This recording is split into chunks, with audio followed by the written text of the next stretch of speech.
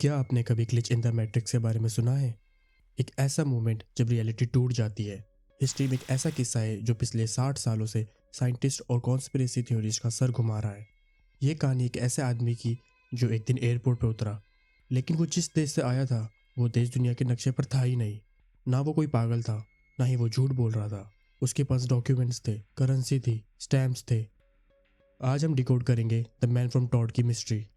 क्या वो वाकई एक टाइम ट्रैवलर था या फिर पैरेलल यूनिवर्स का कोई ट्रैवलर? चलिए जानते हैं। Good morning ladies and gentleman. Flight number 888 to टॉरेड आपका स्वागत है।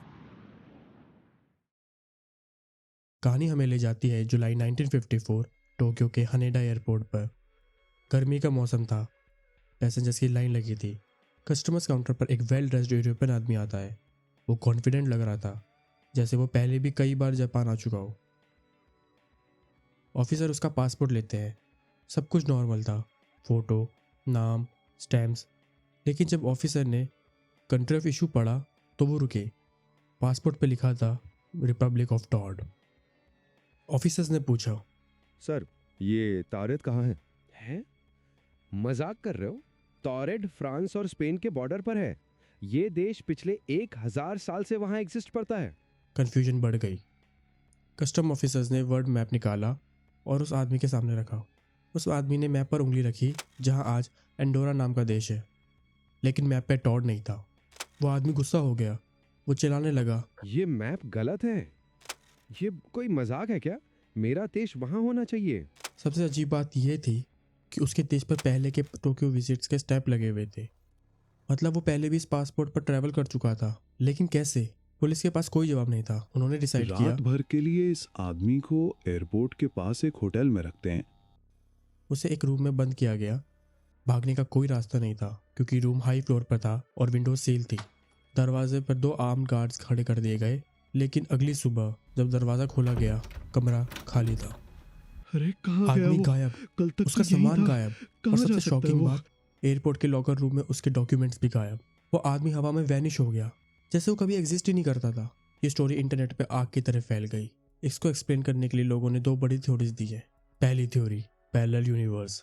क्वांटम फिजिक्स में मैनी वर्ल्ड्स इंटरप्रिटेशन का कॉन्सेप्ट है। हो सकता है वो आदमी एक ऐसी पैरेलल अर्थ से आया हो जहाँ हिस्ट्री थोड़ी अलग थी। उस दुनिया में एंडोरा नाम का देश नहीं बना, बल्कि टॉड बना।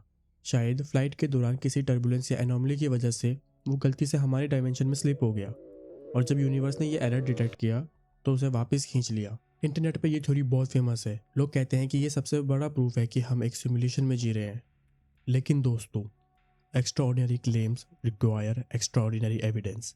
अगर मैं आपसे कहूँ कि ये सारी कहानी झूठी नहीं है, पर सच भी नहीं है, असल कहानी इससे भी कई ज़्यादा इंटरेस्टिंग है। चलिए अब फैक्ट्स चेक करते हैं। मैंने जब जापानीज आर्काइव्स और पुराने न्यूज़पेपर्स को खंगाला तो पता चला कि मैन फ्रॉम टॉड की कहानी एक्चुअली एक रियल इंसिडेंट पर बेस्ड है। लेकिन ये 1954 में नहीं बल्कि 1959 में हुआ था, और वो आदमी गायब नहीं हुआ था। उस आदमी का असली नाम था जॉन जैगरस।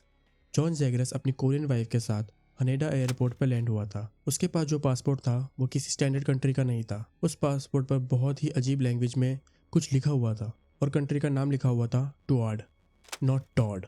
इन्वेस्टिगेशन में पता चला कि ये नाम सहारा डेजर्ट में रहने वाले टुअर्ग लोगों से इंस्पायर्ड था। जॉन ने बेसिकली एक फेक देश क्रिएट किया था ताकि वो दुनिया भर में ट्रैवल कर सके। और सबसे फनी बात, उसका पासपोर्ट देखने में ही फेक लग रहा था। रिपोर्ट्स के मुताबिक पासपोर्ट का साइज नॉर्मल से बड़ा था और उसके अंदर के पेजेस पर ग्रामेटिकल मिस्टेक्स थी। जब जापानीज अथॉरिटीज़ ने उसे पकड़ा तो उसने कोई मैप पर एंडोरा पॉइंट नहीं किया, बल्कि उसने क्लेम किया कि वो यूनाइटेड अरब रिपब्लिक का एक इंटेलिजेंस एजेंट है। अब आते हैं गायब होने वाले पार्ट पर। वो हॉस्टल से गायब नहीं हुआ था। उसे अप्रैल 1960 में फ्रॉड और इलीगल एंट्री के लिए कोर्ट में पेश किया गया। जज ने उसे 1 साल की जेल की सजा सुनाई।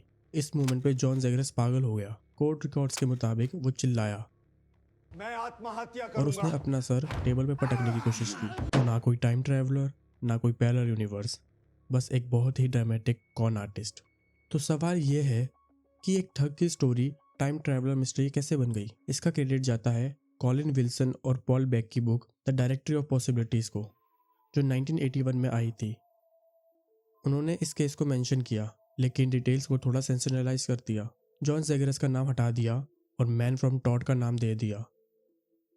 जैसे चाइनीज विस्पर्स गेम में होता है, वैसी डेकेड्स तक ये स्टोरी इंटरनेट पर बदलती गई और आज हम इसे एक मिस्ट्री की तरह सुनते हैं। असल में हम इंसानों को बोरिंग सच से ज़्यादा एक्साइटिंग झूठ पसंद आता है। हमें सोचना अच्छा लगता है कि दुनिया में जादू और मिस्ट्रीज अभी भी बाकी हैं। द मैन फ्रॉम टॉड शायद एग्जिस्ट नहीं करता था, लेकिन जॉन जैगरस डेफिनेटली करता था। आपको क्या लगता है?